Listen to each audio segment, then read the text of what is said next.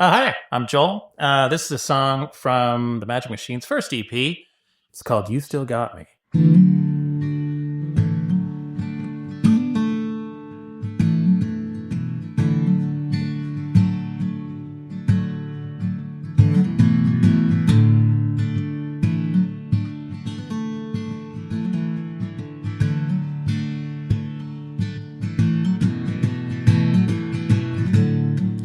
There I go, whining again, hand on the wheel with my head in the sand, and I'm searching the highway. I'm searching the highway for you.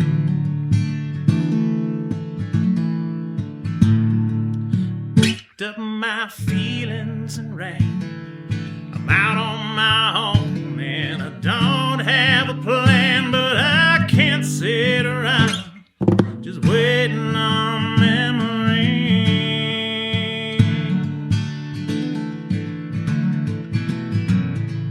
You still got me, babe, I ain't got you.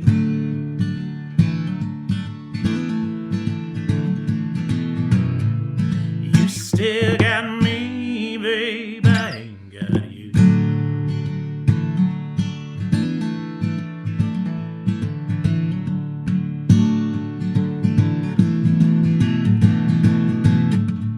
There I go, smiling again, remembering times when you still held my hand, and I wonder, does he make you smile as much as I do?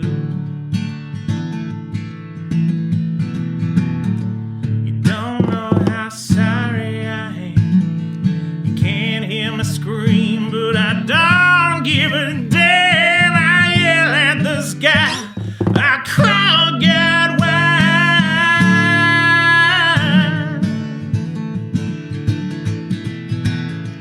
You still got me now, baby. Oh, you still got me, baby. You still got me, baby. But I ain't got you.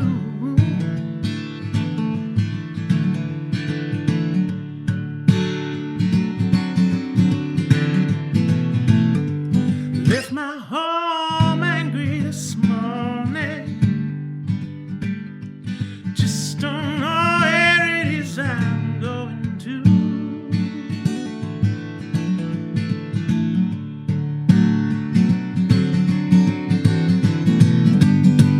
Left my home angry this morning.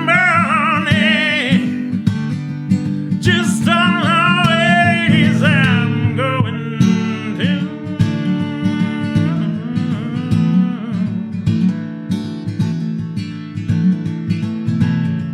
You still got me now, baby. Whoa, you still got me, baby. You still got me, baby. But I ain't got you.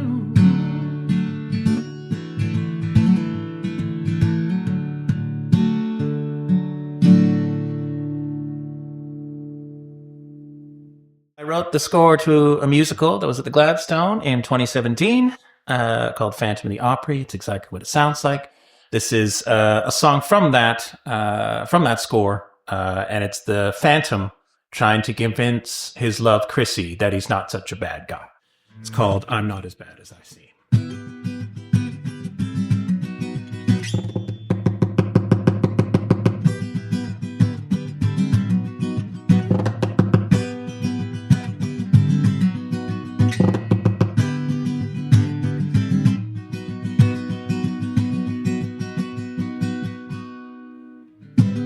Well, I'm not a villain, I just do villain stuff.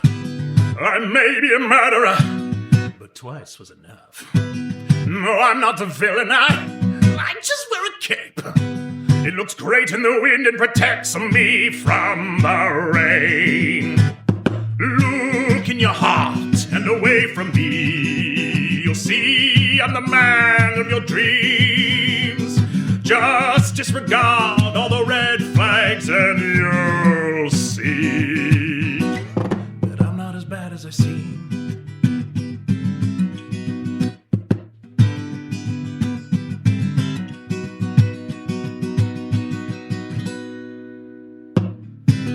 Well, I'm not a villain, but I just sound like one. Oh God, where'd that come from? No, I'm not a villain, I just like singing like one. The more minor the chord, the more evil I become. I live in a sewer of mystery. Off to my lair we will flee. I'll bring you there, and then surely you'll believe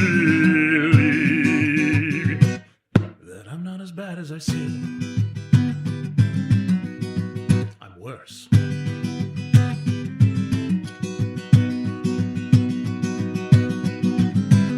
Well, I'm not a villain, but I leave songs unresolved. Hi, everybody. Welcome to All Worn Out. It's a podcast about music. It's a podcast about what you're passionate about, and it's a podcast about what our guest is passionate about. We are lucky, thrilled, amazed, losing our mind. We have the very debonair, the driven. What were all those D words on your profile again? You've got a bunch there, right? I was going to just read those off. We have the amazing Jumpin Joel Flash of Jumpin Joel Flash and the Magic Machine. That's right. Ooh. My goodness. Thanks for having me, Warren. It's lovely here. Excellent. I'm so excited to have you. You just did 2 beautiful performances for everybody, for me right now, and I was like blown away.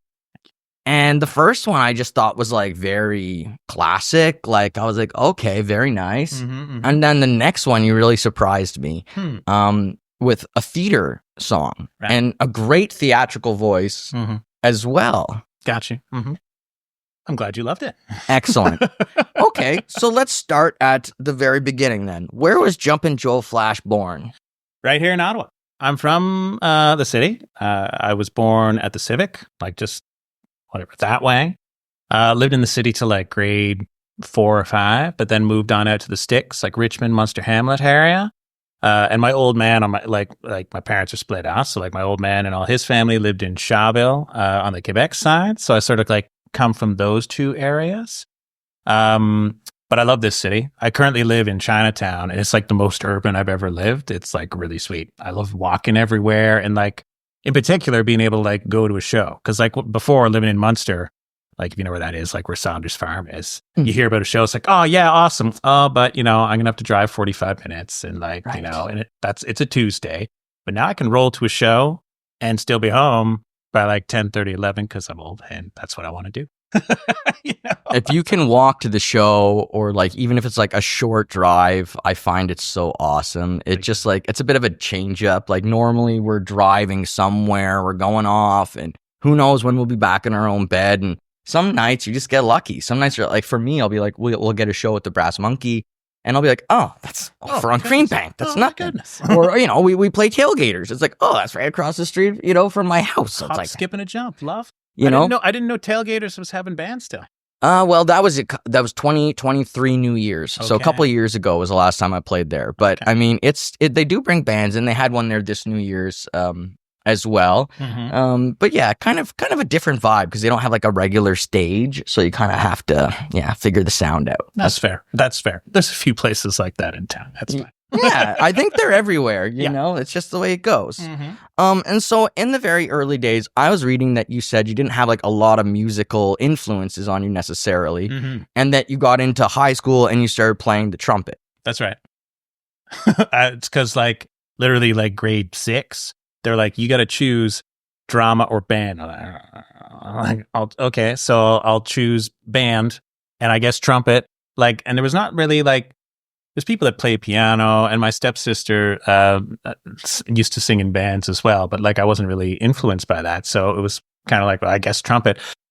So I learned music, but it was never like this thing that I thought like, oh, I'm going to do something with this. It was always just like, I gotta go to school and I gotta learn trumpet and I gotta go on the band trip. But yeah, the trumpet's never leaving my brain. I have it. It holds my headphones, but it's very hard to play if you haven't like kept up your embouchure. But like, it's interesting in that I can see the music and know exactly, I know what to do, but there's no way my lips can do that anymore. I'm trying to remember the band who it was years ago, but they were, I was in Ginger Fox and this band came along to Live 88.5 as well, doing their competition. Sure. And their lead vocalist, he would sing and he was a great vocalist. And then all of a sudden he'd pull out the trumpet. Oh my gosh. And he just like in the middle of a rock song just start riffing on this thing. Yeah. And I was like, oh, this is so impressive. I wish I could remember his name. I'll figure it out and I'll bring it up in the next episode. But it was really awesome. So then after that, like you weren't singing at all. Like what were you, when were you figuring out, like you said you were singing along to songs in the car. Yeah. And you were like figuring your voice out that way. Yeah. Like, and in the shower, you know, as you do, and in my room, because I was a teenager and listened to music loud. But then when I got to college, I was 20. Which was over 20 years ago, which is something I can say now. I just thought, you know what? I want to rock. I want to join a band, like a classic rock band, because that's what I was like, that was my jam. So I put out a message on this message board, and I'm not even sure if it exists anymore. Like this is before Facebook or social media, right? So it was called the Ottawa Musician. And I just said, yo, I want to sing in a band. This is what I like. And these dudes called me in for a tryout. And like this band, literally, it was my first band ever, but I learned absolutely everything about performance from them. Barrel House, they're called. They're still rolling. Really? Yeah, because everyone in the band when I joined was 20 years older than me. Yep. So like I was 20, these guys were all in their 40s or their 50s, and they just played because they love to play, right? And for them, it was like, yo, like, yeah, we're playing covers, but let's, like, they wanted to do something that cranked their skills, right? Yeah. So we played like Yes and Little Feat and like 16 Allman Brothers songs, because why not? Like something like 12 Steely Dan tracks. We did Abbey Road front to back live, which was shit hot fun, as you can imagine. But like, Allman Brothers are one of the like legendary bands. Like they're a staple band, you know, especially for Southern rock or anything like that. And you got a great voice for it, like because you can do the twang and you can do all those nice pulls. Like in a way, you have a similar voice to me a little bit. I think we could sing together and it would sound great. I agree. And I do the raspy thing, but you've got that range that comes out and it just, woo, it's like a whip. Well, I say that the Barrel House was the reason I could do that, because like I could sing like before, but I didn't have any training or anything like that. Yeah. But singing with them for about 10 years, they're like, yo, okay, can you do the Steely track that's pretty high? Okay, yeah, probably. Can you do these Allman Brothers tracks? Like, and over time, like anything else, right? Do it over and over and over and over and over again. And then eventually your range is just stupid and you didn't even realize it. I also, like, when I first started, and I eventually learned to get away from it, was like I was trying to just emulate the vocals of the covers, right? As opposed to sort of making it my own. And that was fine because we were essentially a tribute act. But over time, I was like, well, you know what? It's cool that I can find that, but you know, maybe I'll just use these as things in my toolbox. Think about the voice as like a gearbox, right? And I'm just going to shift into Paul McCartney for a second, and I'm going to shift over here to Dickie Betts and like just see what we can do, kind of thing. Yes. That takes me back to theater school and going to classes that were entitled things like voice and body or Chi River, but that's a whole other story. Oh my. Yeah, Chi River's amazing, but that, you know, that was like the t-shirt flow was from like the 60s farm movement in the States, where they like built all these ideas when they were on acid, but they were all these ideas on how to create stuff. Okay. And the Chi River is like an energy river you enter as an actor and you discover your character in many different situations. And oh yeah, these teachers were incredible. It was like Harry Potter. That's what I always tell everybody, is all the teachers were like these wizards who were like, oh, you want to unlock this ability? Then this is what you have to do. We had this woman come in and she was like, I work on The Lion King. And, you know, today's mission is all of you have to fart in front of me. Whoa. Yeah. And then she was like, and so like my job is mainly like an actress will be like, I just got this huge part, but I have to be naked. And I'm scared. And this woman, this actor who's like in her 50s at the time, she'll just show up naked and just be like, hi, how you doing? I've been sent to help you deal with this. Dang. And, you know, like... That'll take out your stage fright, I'll tell you that. Yeah, so we had the wild experience of that. And the thing with voice is I had no idea. I didn't get it. why'd you call glass voice? Well, am I shouting at the wind? Mm-hmm, mm-hmm. And I finally understood years later that I was like, oh, I'm singing in a vocal character. Correct. And it always changes. And all these celebrity voice people, they've developed these characters who may be similar to who they are or vocally or may not be. It really depends, you know? Yeah. But you're right about jumping into a Paul McCartney or jumping into a this or a that and having that realization. And then I was like, oh shit. Someone was like, yeah, well, Axl Rose has like 7 different characters. And I was like, wow. His range is stupid. It's a stupid range. Yeah. Stupid range. And it's one of those groups that got me like hooked in the early days, like by that type of energy and that type of thing. So you found your band members by putting on a play, I think, right? Or your first band members? Oh, okay. So let's go back to this play thing. Yeah. Okay. So, all right. So here's how it all went down. So there's a filmmaker in town. His name is Brett Kelly. You know Brett? Oh, yeah. Because I went to Algonquin College and did the TV broadcasting program, so everyone knows about Brett Kelly. Like, excellent. He's made like a bajillion movies. And he just does it without a budget that people are used to. I have been in 2 of them. Spoiler alert, I was slaughtered in both of them. Horror flicks. I loved it. I love horror movies. So I'd been in a couple of his flicks, and so had some of my friends, and he tells me that, like, yo, I'm bringing this production to the stage. It's a film he had made back in the day called My Fair Zombie, which is exactly what it sounds like. My Fair Lady with zombies. And it was a musical. He worked with a local musician named Stephen Tippett. And he composed all the songs, and it was all about zombie love and this, that, and the other, and it was Edwardian. It was beautiful. But he wanted to bring it to the stage. And I heard that there was, zombies and singing. I was like, I've never done theater before, but I could sing. And, zombies were real hot. This was like at zombie peak, essentially, when this went down, 2016. So I auditioned and I got in. And when I was in the play, that's when I met 2 of my now very good friends and also band members, Robin Hodge and Zoe Town. Robin actually played the lead fair zombie, and I'm gonna check something. Keep going. Yeah. Robin played the lead fair zombie, and I played the love interest, Freddie, who was rich and stupid. And I emphasize stupid because the whole play, the gag was that he's totally in love with this woman, but is the only one that really can't see that she's undead and eating brains and like vomit cannoning over a priest kind of thing. But after it was all done, I realized I didn't really like acting. I wanted to be in the band more so. And I loved how both Robin and Zoe sang. So I as, non-creepy as possible, ran up to them and was like, let's start a band. And luckily they're like, okay, this guy's all right. And, we started a band. But the song I sang, and I guess you'll play as part of the podcast. So the next year, Brett says, okay, I want to put together an original. We'll write it from scratch, called Phantom of the Opry, which again is a spoof, and it's Phantom of the Opera in a country music house set in Calgary. And I said to him straight up, it's like, look, I didn't enjoy the acting, but the whole time I was in the play, I wanted to be in the band. So he's like, cool, well, now you can write the songs. I said, oh crap. So I'd never written for theater before. So I said yes. And that was a great experience because we sold it out and we did 5 sold out shows. There was 10 songs that I wrote.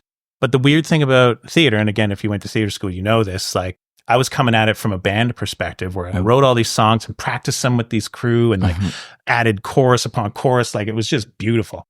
And figured, wow, we're just going to take this stage and keep it going. But no, theater, it's the theater production was done and then it was done and it's gone. Not necessarily forever, but it's gone. You're not necessarily, theater productions don't necessarily record an album of the score, And I found that to be a huge bummer. So it's you know what? Let me just play some of these songs with the band. And the band is now, my band, Magic Machine, is now sort of morphed into this indie folk musical theater type thing where we play songs that are silly and have stories and do skits in between. Because if it's not fun, why do it? Right? Yes. Let's talk about the tapping on the guitar. And sometimes you make noises as well when you're singing. Yeah. That are I don't know how to describe them other than noises, but Sure. they're good noises. Yeah. And is this just you're throwing in these unique hooks? Is that what these are? Yeah. Like, so when I first started singing, I didn't have any experience. Like the very first gig I did, which was at the Bears Den in in Deep River, which is not a gay bar. It just sounds like one. But like for that first gig and for like maybe a year, I was too terrified to look at the audience, right? I had to wear sunglasses and I just kept my eyes closed. Over time, I became a lot more comfortable on stage, and rather than just sort of standing there, like I started to move around. And very distinctly, I remember this. I was like, maybe I was early 20s. And this woman came up to me after the show and she said, "Hey, I loved your voice, but you got to stop doing that thing with your face."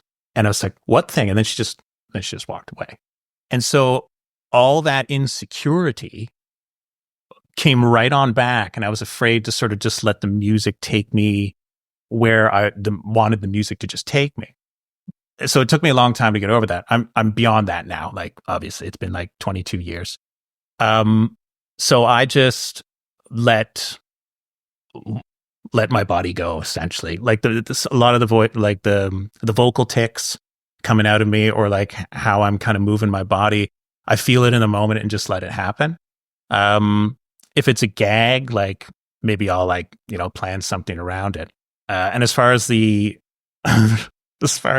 finger tapping, like I just love making noises by myself. I find it actually hard to turn off when I'm with a band. It's like, oh wait, no, there's a drummer now. I don't, I don't need to do that. I'm still working on that, but I guess like the main crux of it is life's too short to worry about like some woman in the crowd, like, oh, is she not going to like this noise I made or the face that I made? Like, whatever. Like, I'm having fun up here. You've already paid. I've already got your money. Like, it's fine. If anyone doesn't get it, or like doesn't like, to me, the master of this was Michael Jackson. Yeah. And he would let the music take him where it was going to take him, right? And and because of that, you had all these insane gags come out, or whatever you want to call them. Like people would ask him, Macaulay would ask him, "Why do you wear this glove?" And he would say, "That's why." Just because you ask why I'm wearing it. Nice. And then there must be a story, and there must be a reason. And then the hat and the glasses and everything was the same thing, about building that character. And so I think it makes you uniquely you. And when people hear you do that or see you do that, it's like, they're like, oh yeah, that's Jumpin Joel Flash. Like, I know who that is, because that guy is open and he is himself and he's free, and he's setting an example for other people who love music to enjoy as freely as they can. Because like you said, it's like, there's not that much time on this earth, and it's like one of those magical, mystical elements of the world that we got music, and that it works so perfectly with math, another universal gift to the world. And, it's just wild how it works. Music is math. Math is music. I've heard that before. It's frustrating for me because I was bad at math. Me too. But, so you have interesting lyrics, and that shows in the Phantom of the Opera song that you can write in a different type of idea or different mode. Were you always doing poetry and writing lyrics? No. I find lyrics actually to be the very hardest part of songwriting. Actually, when I was doing the Phantom of the Opera, that was the easiest time I've ever had with lyrics, because I was handed a script and a read, and insert song here. And rather than starting from nothing, I had like these parameters. Right? Oh, I know this song has to be sort of slow tempoed, and it's got to include these characters, and it's got to have these themes, and it's got to drive the story forward in this particular direction. And I found those parameters almost free. Like, rather than just starting from scratch, I all of a sudden had these building blocks, and that was a lot easier to write a song around.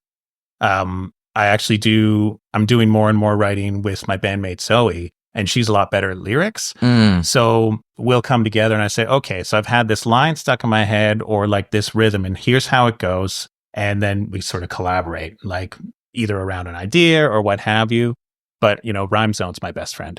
Rhyme Zone. I think it's every musician's best friend. And it's like, it's that line, right? Like, you could go check a thesaurus. You can go check a dictionary. You can go to Rhyme Zone. Like, that's cool. It's like, when people start using the chat GPT and stuff, Yeah, and you're no. just like, really, Thumbs down. you're taking it all out now. Thumbs you down. know what I mean? Yeah, I think that's really dumb. Yeah, it's a bit much for me. It's a bit scary too. I agree. You know, like, again, like I was saying, music is one of those joys in the world. And right now we have like 100,000, 120,000 new songs a day Wow. on Spotify.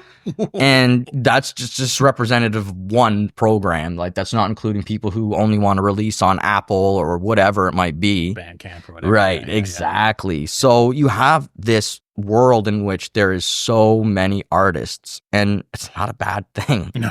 You know, It's not. it speaks to a certain level of life around the world. I think, anyways, at least somewhat positive. Well, and also at the end of the day, like, artists should be paid. Like, if you need a song for your ad or for your movie or whatever, like, it is pretty low to get AI to do it for you rather than pay somebody who is trained XYZ and can make it for you. I think that's pretty low.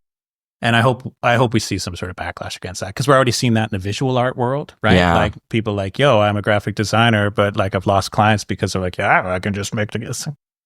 That's crappy. That's shitty, actually. Shitty is the word I would use. Shitty. Funny is my mom will go to her doctors, and the doctor will say, oh, I've got this AI stuff here that I want you to like give me information, and it uploads to the AI. And my mom's like, no, I am not helping the robots. In no way will I sign off on that. I only want a doctor, and I will not give my information. Yeah, right on. Good for And her. I was like, yeah, fight the robots. Yeah, fight those robots. You know? We've seen all the sci-fi films Yeah, taken over. saw Terminator. Yeah, We don't- Terminator 2 had a very big impact on me. I don't want Skynet. Neither do you. No one wants Skynet. If Arnold doesn't show up in a blast of lightning, we're all We're doomed. done. Okay, We're done. Very just bad. doomed. Very. Yeah, so I guess your band, you were talking about Steely Dan and some of these big bands that influenced you. And so now you're doing like a 70s music style, still with the machine, but it's also theatrical. Yeah, like, so I'd say it's more indie folk. So Okay. like, there's a lot of old music influences, because certainly that's what made up the majority of my listening. Actually, like, until I was like 13 or 14, I listened to exclusively Weird Al Yankovic. And so I think that always sort of instilled this sense of silliness Yes. in whatever I do. Well, and that not, explains a lot, to be honest and with not you. taking anything Yes. too seriously.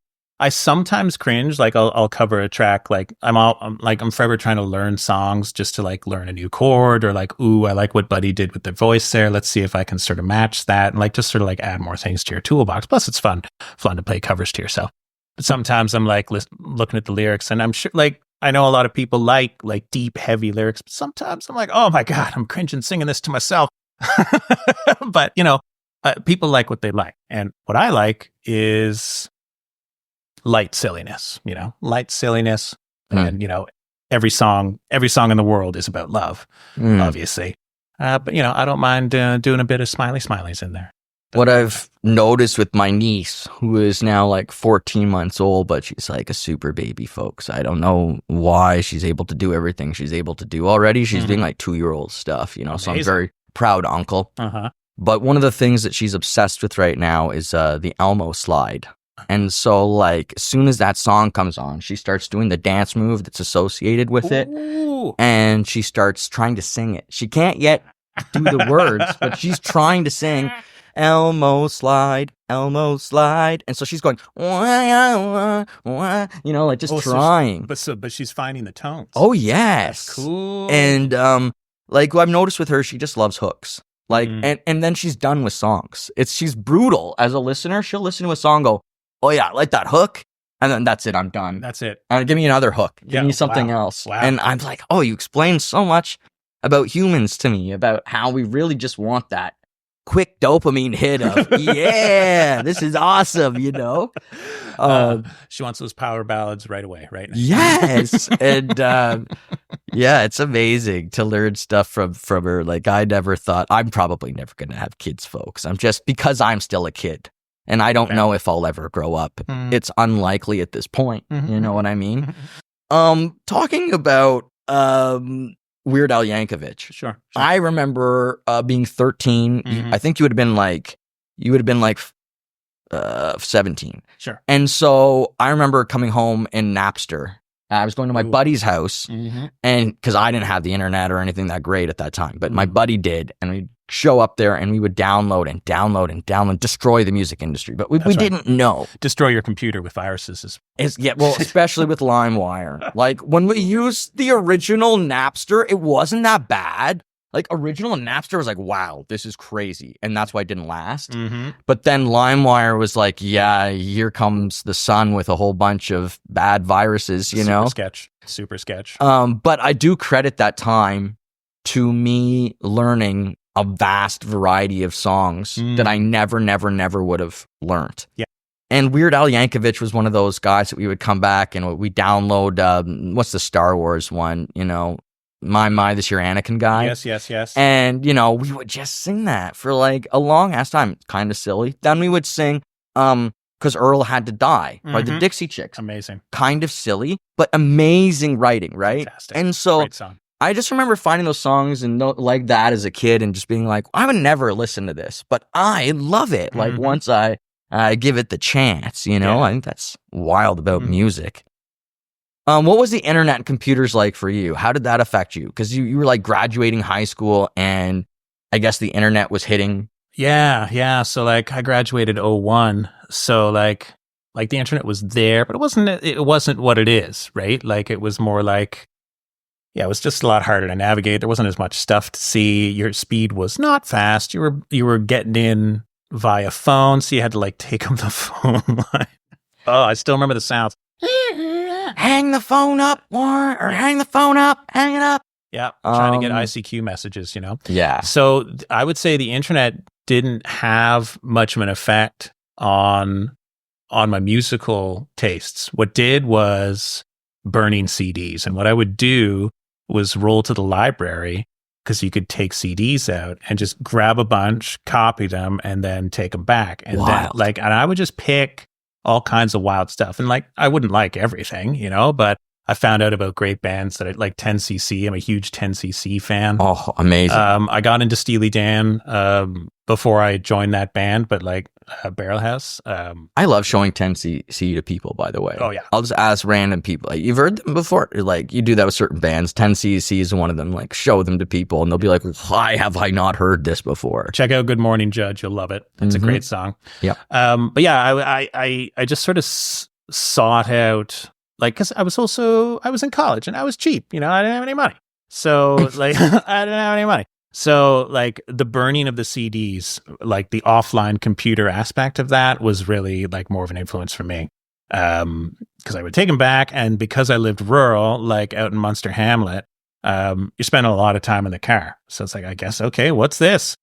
Styx live with REO Speedwagon. I don't really know either of those bands. In it goes. Cared more for the Styx over the REO. But, great vocals with Styx, right? I mean, wow. Great show though. Like, yeah. You know, anyway, so that's that for me was like finding music, like whatever's going on at the Center Point Library. You know, in it goes. Cool. Yeah, because I went to the Gonk as well.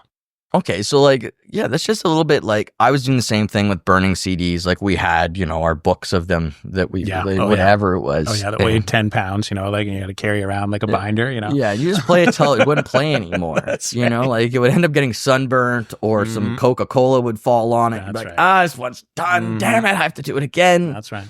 That's how it goes. But yeah, those were the good old days. Yeah. Well, yeah. I mean, like, you know, on the one hand, I like to tell people, like, because I'm a bit of it, like, I'm a local music nerd. And again, that's why I'm like congratulating you on doing this podcast, because there's a lot of work. It takes effort, and you're celebrating what's going on in this city. So like, good for you, Warren, for Tiffany. But I like to tell people, like, yeah, like it's cool that we can listen to, with the supercomputers in our pockets, we can listen to right now, anything from anywhere in the world in any language you want right now. Like within seconds, you can listen to anything. But people shouldn't forget that like awesome stuff is being made right here by your neighbors, your colleagues, your family, your friends, and you should support them. I'm trying to bring back Homegrown Cafe. Nice. That's what the goal of All Worn Out is right now. Is many moons ago we had local television. We really did, folks. And that's true. It might be time to get some good local television going again. No offense to Rogers. You guys do great work. So That's not meant to be a jab at you. But I'd love to see some more money and some more stuff being put in here because I think we have the people. I think we have the talent. We have the musicians. We have the artists. Oh, yeah. We have everything we need for it. And I just remember being a kid and watching that show, and it was like attached time-wise to like Jeopardy and Wheel of Fortune. And so it was like a great little learning experience with your family watching television. It wasn't just like, it was a game and it was fun, but you could learn, and then you could watch local musicians or dancers, like Highland dancers, like. And I think now's a great time to do it too, because I agree with you. Like OMIC, Ottawa Music Industry Coalition, has done some amazing things pumping up what's going on in this city, but also, and like, are you from Ottawa as well? Like, yeah, well, originally from Chesterville, but that's an hour out of town, close by. Yeah. So like in the past 10 years, like let's say maybe 15, like if we take the pandemic into consideration, this town has become a lot more fun. Because of the internet, I'd say, and a big part of it, but also demographic change, like boomers are retiring. So there's more young people around. Like it used to be that if you were creative and you wanted to pursue that, you left. You went to TO, you went to Montreal, you went to New York City, you went to Van if you wanted to go all the way across the mountains. But people now, it's like, no, wait, I can park it here, create, and if I want to work with XYZ producer, I can do it online or like roll to TO for a few weeks and get it done. And as a result, there's a lot more fun things happening in town. Again, in any genre you want. Like I play indie folk and I work in the folk music industry, but like whatever you want, any flavor it's here is like metal, punk, hip hop. There's so much cool hip hop, as a matter of fact. Shout out Cranium Festival and what they do for the whole local hip hop urban scene. But like, and also in 2 languages, right? Because Gatineau's right across the river. And I've seen some amazing, awesome French bands and French hip hop acts. Anyway, I'm rambling, but yeah, I agree with you. Homegrown Cafe. I remember going to Elmdale House Tavern, which was a great place to play years ago. And I remember like they would have a lot of spoken word, and they would do Rasputin's folk circle there, where I met a lot of great people. That's still going on. That's incredible. Yeah. That's where I met the first person that recorded Ginger Fox, and like took us under their wing and taught us a lot of stuff. So I love that venue in my mind, and that group of people and the folk community. And just talking about covering all these artists, honestly, it over time, I'm sure you can agree, it becomes frustrating seeing so much talent, so much good stuff that people just are not paying attention to. And there are certain other podcast people who like a Dog from, a Dog and Gus, and those guys are great. Right. And he put it best when he said, like, a lot of Canadians, we don't pipe ourselves up enough. We don't say it enough. Like, we are good. We're talented. We're worth listening to. We are. And yeah, I have also like wanted to do this type of thing. So it's also very self-satisfying. Well, it's important to support local, because I like to say local art doesn't happen without local love. So like you show that love. You don't have to necessarily go to a show, but like you see a poster, like here's a great example. Like you see a poster, it's a punk show. You're not into punk. Tell your friends who are into punk. Like tell them, yo, there's a show going on. Click here, send it to them. That's all you got to do. And then all of a sudden they might have some new fans. But like supporting local also goes back to like what Dog was saying about supporting Canadian music. We have a big nation to our south. They have 10 times the amount of people that we do. And some people sometimes lament our Canadian content loss, but honestly, if we didn't have those, our culture would be usurped by sheer numbers, right? There's only 40 million of us. Yeah. So if we want a Canadian culture, and if we want music and art and dance and to still be created here and be created by, again, our neighbors, our colleagues, our family, and our friends. So we got to support it. Like Warren over here with his podcast, doing a great job. A great job. Thanks, man. I appreciate that. So talking about, let's go to your band members for a little bit. So we had Ashley Newell on. Oh, yes. He's a great dude. Love Ashley. He played a big role as well with my music going years back, and for many people. Absolutely. And then you've got Jason Colson, who is one of the best musicians in the city I've heard many times. Voice of an angel. Right. And friends with my buddy Ryan Wheatley. So I love Jason just for that. And then also, who are your other members? There's the 2 ladies. That's right. Now, I should note that, like, over the pandemic, the band changed. We did have 8 players. Oh, wow. Yeah, it was a big band. Like, Barrel House, that first band I was in, was sometimes 12. So, like, I'm used to, like, I love big bands. I love the idea of everybody having a chance to shine. Yeah. It also makes for a more fun show. But, pandemic happened and we lost a few members because of it. Ashley had to leave. My very good friend who I went to high school with, actually Brad, who played lead guitar, same thing. He had to go. Like, he just didn't have the time for it. And he's a super dad. So he's like, I was like, yeah, you do your super dad thing. So now we are a compact quattro, as it were. It's myself on acoustic and vocals, Zoe Town and Robin Hodge on vocals, sometimes Shaky Things, and Jason, again, on vocals and drums and keys, not keys and drums at the same time. But he'll like come to the front of the stage and so forth. Awesome. Yeah, but we're all just harmonious goodness. It's absolutely beautiful. I love it. That's amazing. And I always make this point with people. It's like, you don't hate the people that aren't in your band anymore, right? Like, you don't have a whole bunch of drama with them, right? No. And this is the thing, folks, is when you hear about that in media and stuff like that, like, it's because of hype. Yeah. Like, they need it. It sells tickets. It gets your attention.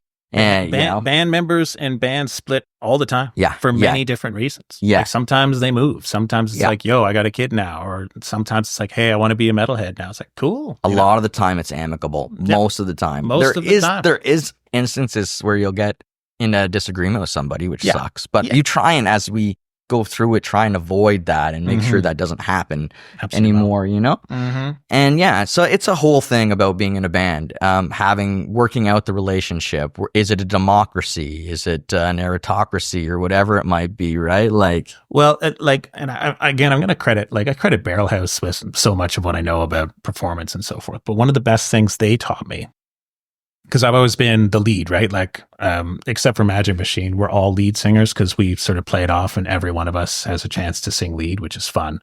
But one of the best things they taught me was that, like, here I am 20 years old. I think I'm pretty hot shit, like, oh man, I can really sing in the car. Now I'm in a band. Like, I'm pretty hot shit. Because the band, like, focused on tunes like Roundabout, for example, which was bonkers fun to play. Right. Bonkers fun. Or like extended, like Allman Brothers jam tracks, because the band was like sort of this sum of its greater parts. The lesson was, I might be the lead singer, but I'm not the main event, right? The main event is the show, which is provided by the band. And like, you're nothing without one another. And as a result, I've been told by people throughout the years, like, have you ever heard of LSD, lead singer disease? Like, I'd be like helping people load gear and they'd be like, yo, I played in bands where like the singer wouldn't show up till 5 minutes beforehand. They're not carrying anything. It's like, ooh. And that's a way to build resentment in a band and people not talking to one another afterwards. Like, you're all working together to provide a show. And like, yeah, okay, I'm singing lead on most songs, but again, I'm not the main event. We are the main event. And that's how you make band love. Right. And it's also more fun that way. I It's agree. way more fun. I agree. And it's very easy to get into a band and get into the relationships with people. It's normal. And all of a sudden you think, oh, I can slack off here, or this person will take care of this here, or whatever. And you really got to get that out because it will affect relationships faster than you want to admit. And just, if you're not committed, then there's no point. I mean, that's the main thing about the band relationship thing, is like, people have to be committed. It's not about making money on a high level for most of us. No. It's about putting out, right? It's about putting out a great product that we're proud of, that we feel is deserving of maybe being paid some money for. But like, that's more of the goal. And yeah, it's not easy to have a band, keep it together, keep it in the sync. I always tell people the boat thing, like, you need to be all rowing together at the same time. Big time. It's like winning tug of war. You need to be together 100%. And if one of you is off daydreaming, you're just done. Yeah. It can really sour things if someone's not doing the one thing. Like, that's never happened in any of my bands, but I've heard tale, like, oh yeah, so and so's not showing up to practice. Or I've heard of a band where, like, buddy's too drunk at every show, and they're the bassist, and that's not good because they're missing notes, and now your rhythm's gone, and everyone else is like, yo, we showed up and we're playing straight. Actually, like, that's a hot tip I give to people. Like, I don't drink at all, so I'm one to talk, but like, if you're a young band, you're starting out, like, wait until the show's over to relax and have a couple beer, like your own limits, obviously, but like, if you need a beer to loosen up and feel good, perfect. But like, I've seen bands where they're on stage and just chugging stuff. It's like, I mean, cool, rock and roll. Cool. But like, if you can do it successfully and like make it look good and sound good, which is more important, if you can sound good and do it, then it's like a parlor trick. Yeah. And like when we opened for the Lazies and they have like this guitar player, Matty Lazy, who comes up and he gets on the stage and he's drinking shots of whiskey while he's soloing, right? And they're just downing it, right? Oh my gosh. But the thing is Matty does this at every show, so I think he just knows how to do it. And who knows if it's a trick? I don't know. No one knows, and that's what's great about stage performances is we can do whatever we want. We can be magicians. That's you true. know, whenever I was at shows, I learned that lesson when I was like 20 something and did something, would have drank too much and then sang on stage. And then you get off stage and you go, wow, I'm so ashamed of myself. I forgot this lyrics. I missed That these is notes. not who I am. And that's not what I want to represent. And hopefully you don't have to go over that again and again. But I do know people that are perpetually in this cycle. So it is something to be considerate of. And yeah, I walk around with one beer. I'm not going to lie. I walk around with a beer for like most of the night. And then maybe when I'm done, if I have great feelings, I'll have a second. Yeah. But that's about it. And that's because like, I got to talk to people. That's it. I got to talk. I got to network. I got to make sure that I can sell a few t-shirts. All this stuff is more important than me drinking. You bring up a good point. And again, I've seen this before and I'm sure you have as well. Talk to the people that come to your shows. Like, they've come to see you, go say, hey, thank them for coming. Like, and if you're playing in a triple set, stay for the other bands. Like, you guys like have all sold tickets together, stay and watch the other bands. Like, thank the other bands, talk to the other band's fans. Like, I work in folk music and we put on a conference each year and there's like this big like networking component. When I first started, I thought, we've got artists and like they should have no problem networking because I've worked in networking for 20 years. So like I know how to shake hands essentially. But it's a different art in itself, right? Just because someone can explode on stage with confidence doesn't mean you're necessarily as confident yik-yakking one-on-one and saying, hey, how are you? I'm glad you came. But it's a great, important skill to have because if these fans feel appreciated, be like, yo, I went and saw Warren. He was amazing. Then he came by afterwards and we yik-yacked. He thanked me for coming. Like, I'm going to go back to all of his shows. But if you just like get off the stage, even if it's because you're nervous, and you retreat or you leave because you were the first band to play and there's two other bands going, like it's a bad look. It's a bad look. It's not great. I've had it happen. It's not great. It's not fun. It happened to me in Montreal once, and it was just like, wow, okay, whatever. Yeah. It happens. We sometimes and we've all got stuff to do. Like maybe there's another gig going on. Like but as a rule of thumb, plan for the whole night. Like don't be like, yo, we're on at 9 and then we'll be done by 10. Like stay and talk, and it's like that's how you build community too. And so everybody's hugging. Yes. And I saw that you are the operations manager at Folk Music Ontario. Correct. Is Folk Music Ontario, is it a new thing, an old thing? Oh, no. And actually we've since changed. So it's been around since the 80s. Okay. It started as the Ontario Council of Folk Festivals.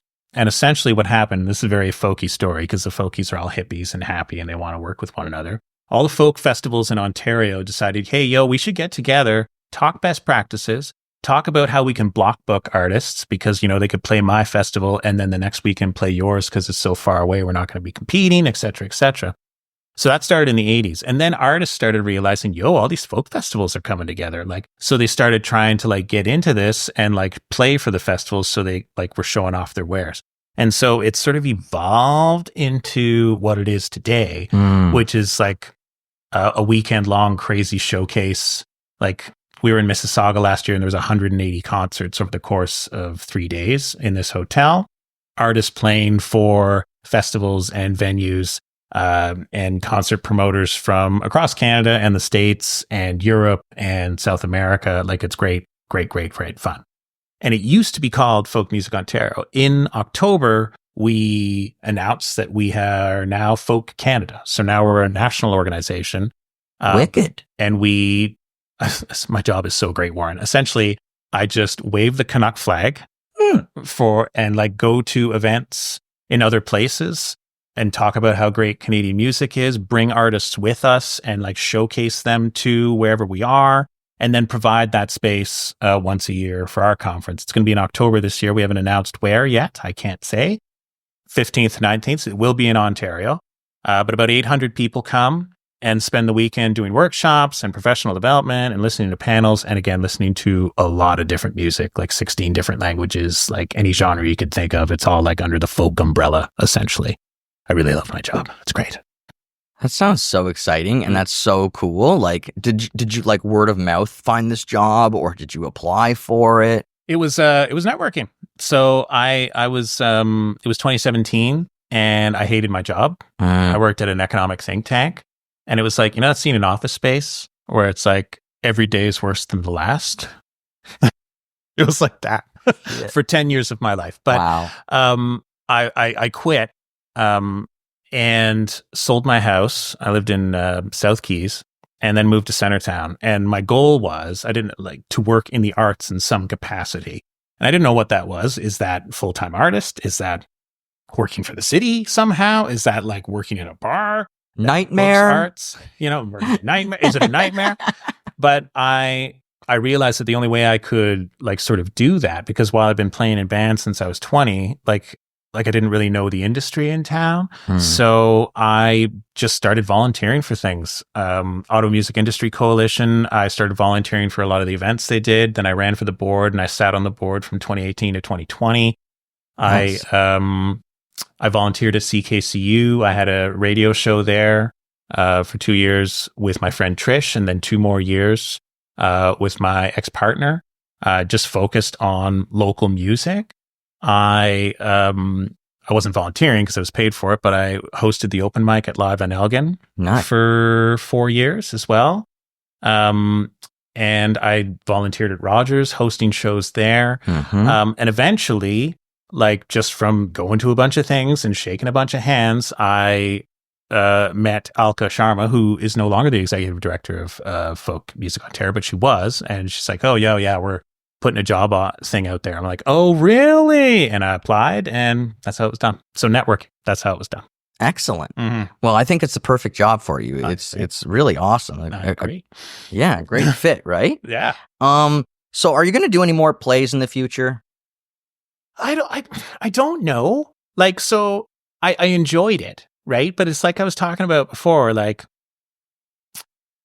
I don't like that all the music like essentially disappears when the play's over. So if I was going to do that, I'd want to like record the soundtrack before the play ever got off the ground, so you could sell the album at the play itself. Makes sense. But that's a lot of work. Yeah. I also like, and as somebody who went to theater school, I don't know if you relate to this. So like, it was my first time being on a stage where I was explicitly not allowed to interact with the audience. And I did not care for it. Right. Because I was used to like sort of build up my performance style of like band guy, and like, oh, hey, and now we're singing along and I'm so happy you're here. Like, and I love that part of performing.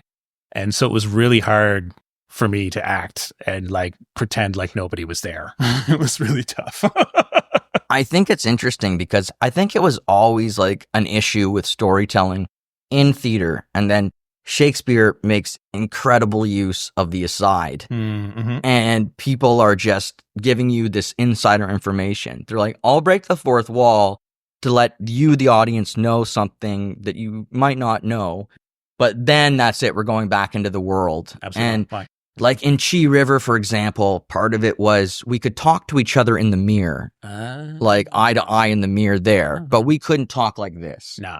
And there's all these, rules in place and such, and it creates different creative outcomes. But yeah, that's amazing. I think you should do theater more. I really do. I think you're great for it. And yeah, you should do more. Okay. And even if it's just like recording 1 or 2 of the songs, I don't know. Yeah. You still got to do it, I think. All right. Fingers crossed. I got to get back into theater too. I miss it. I think it's great fun. We'll do it together, Warren. Yeah, man. Well, and you know what I always used to do was I was used to look over the audience's head, just skim the tops of their heads.